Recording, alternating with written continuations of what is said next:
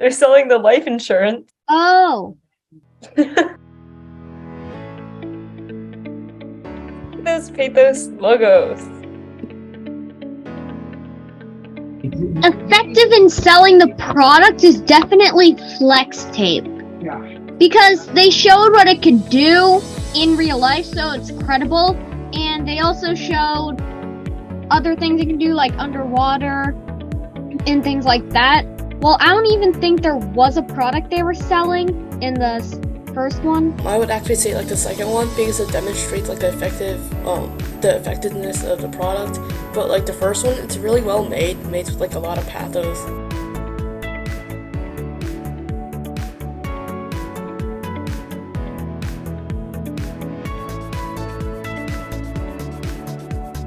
So here's the example. Suppose two speakers give speeches. One is a freshman in high school, and they give a flawless speech on how to run a business, which is both logically sound and stirs emotion. And then we have a CEO who gives a boring and uncompelling speech on how to run a business. However, they are a CEO, so that means they have credibility, probably more credibility going in than a freshman in high school. So, is the second speaker the better speaker simply because they have more ethos?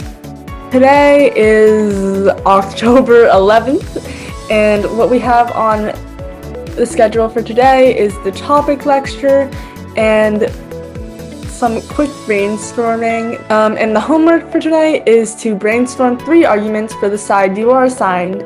Research a bit more about each of the arguments you chose. The resolution for this debate is going to be resolved. The United States federal government should adopt a carbon tax.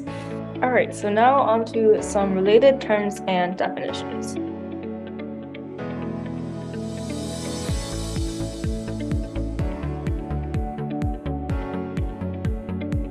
Do you know or have an estimation on how long it would take for the government to find the right amount? What if when they bring up too much, people are already, it's too late when they change it? Yes, a carbon tax would work eventually, and yes, it is better than nothing, but there's also something better than carbon tax that's also better than nothing, which is a cap and trade. Why would you think it would be so hard for businesses and the world to adapt to a carbon tax?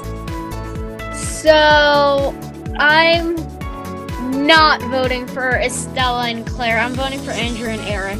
This is interesting. So my vote actually is for the pro side. So Emily, that means you're the tie-breaking vote. And this was because I think on the pro, there were more arguments that I bought into, and especially in the summary, second speaker was talking about how like the risk is like worth it, and you really emphasize the impact in the speech. So I think that's probably the main reason why I'm voting pro. My vote really was based on something that it shouldn't usually be based on, and that was etiquette.